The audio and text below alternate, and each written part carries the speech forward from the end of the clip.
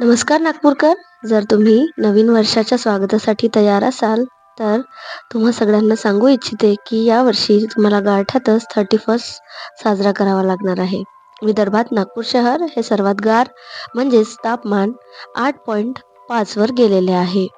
सुरुवातीपासूनच हुळहुळी भरविणारा डिसेंबर महिन्याचा शेवटही गारठविणाराच आहे आणि मंगळवारी नागपूरचा रात्रीचा पारा 1 अंशाने घसरून पुन्हा 8.5 अंशावर खाली आला. त्यामुळे रात्री कापरे भरत असून 31च्या रात्रीचा जल्लोष आणि नववर्षाचे स्वागत गारठ्यातच करावे लागेल.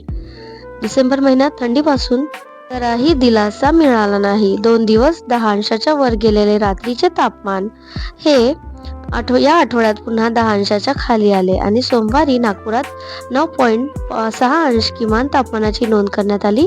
24 तासात त्यात पुन्हा 1 अंशाची घसरण होत पारा 8.6 अंशावर पोहोचला, जो सरासरीपेक्षा 3.5 अंशांनी खाली आहे. तर मित्रांनो, डिसेंबर महिन्यातला हा 8वा दिवस ठरला ज्या दिवसात 8 अंशाच्या सरासरीत तापमान होते.